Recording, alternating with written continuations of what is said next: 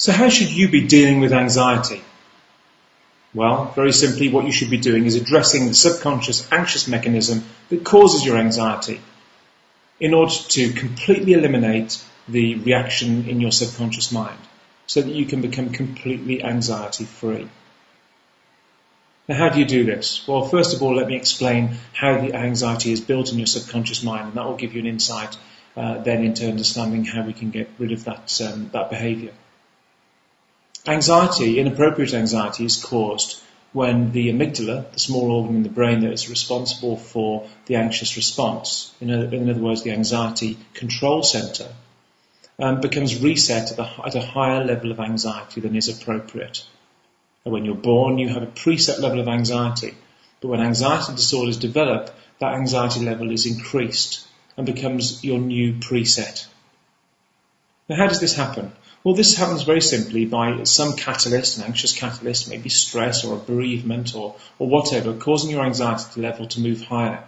And once that happens, your subconscious mind then makes the decision as to whether that new high level of anxiety is appropriate or not. But as soon as that level becomes high, you start to experience symptoms and sensations and thoughts associated with high anxiety, and that causes fear. That fear is fed back to the amygdala. The amygdala reads that as a threat, sends out more anxiety. To cope with that threat, this produces more symptoms, which produces more thoughts and sensations, which produces anxiety, and so on. And so an anxious cycle is created. The key to overcoming this anxiety is to cure yourself, to remove the subconscious anxious behaviours that cause this anxiety.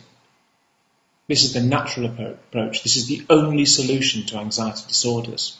But how do we do that?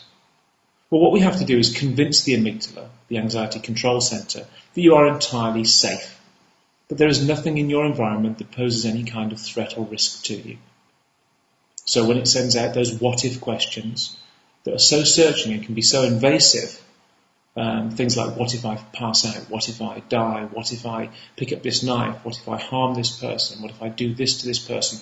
All of these thoughts are completely appropriate in the anxiety response because they're designed to do a risk assessment of your environment. They feel wrong, they seem so wrong, and they can be so distressing, but they're entirely appropriate if you have a high anxiety. But what we do is we provide those thoughts with food. We create an environment for change, an environment for recovery, and we can show you how to do this in a very structured way.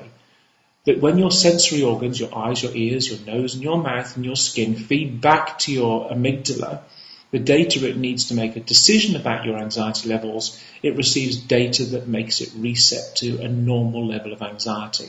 And this can be done very, very quickly. I did it in my recovery, and I've since shown tens of thousands of people around the world to do the exact same thing. And my psychologists and my team of counsellors are there to help you to do this whenever you need their support. And it can be done very quickly. In fact, I've had people do this in hours, not days, hours, and make a full recovery. And this is why health organisations, psychologists, doctors, psychiatrists, and mental health practitioners from around the world recommend the Linda Method programme, because it provides a curative device. It will cure you.